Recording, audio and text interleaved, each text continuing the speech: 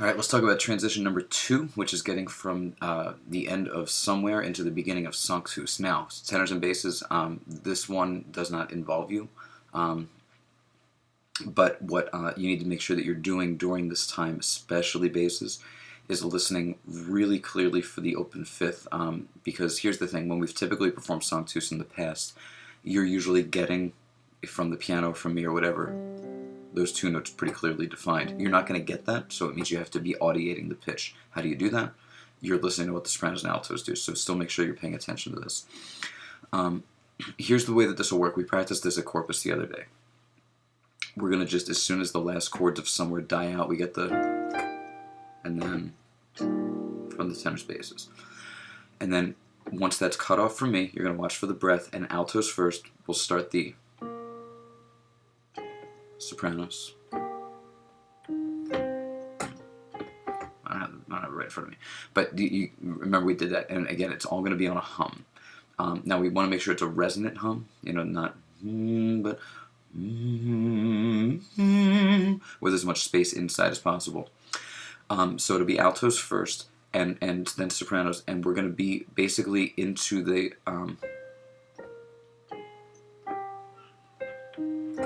as many times as we need to make this work, with the goal being that we land on these two notes. So here's what's going to happen. We need to land on these two notes, but depending on how long the reading takes, it could be altos on the low note, sopranos on the higher note. It could be the opposite way around. So what you need to be doing is paying attention for me when you get this sign, right? And this is always the stop sign for something like this. So if we listen to the way that those patterns overlap, sopranos and altos, you have one voice doing, then the next voice, and that note is an important one, right? That's a stopping pitch.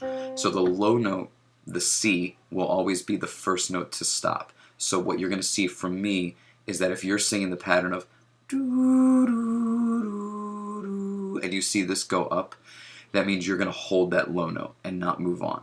So doo, doo, doo, doo, doo, because then if you're not on that voice, then you're also following the stop sign and resolving into it. This one again is going to be easy. It's just sopranos and altos. Again, to reiterate, you're not going to know which voice is top, which is bottom. It could be either, depending on how many times we need to actually repeat that phrase. But as long as you're watching me, because I'm going to slow it, stop sign, bottom note, top note. I'm going to demonstrate, and I'm going to click play on the reading. Let's see if we can actually make this work. So, somewhere finishes.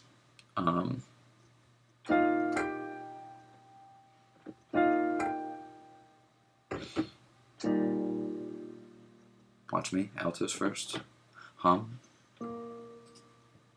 Sopranos. Reading.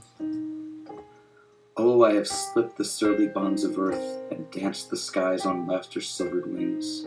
Sunwards I've climbed and joined the tumbling mirth of sun-split clouds and done 1,000 things you have not dreamed of.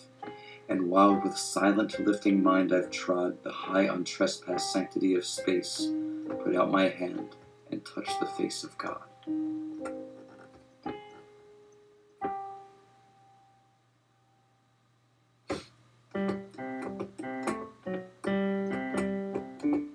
Hope that made sense. So just for the sake of clarity, I'm going to do it one more time right now. But if you feel like you got it, then you can move on to the next video. Let me do it one more time. So again, end of somewhere. Chord. Altos.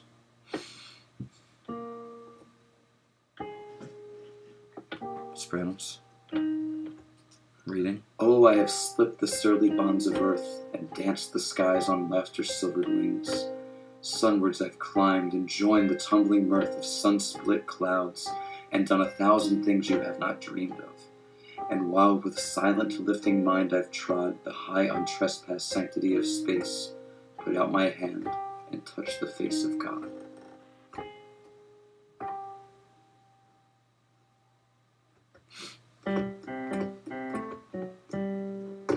And there it is.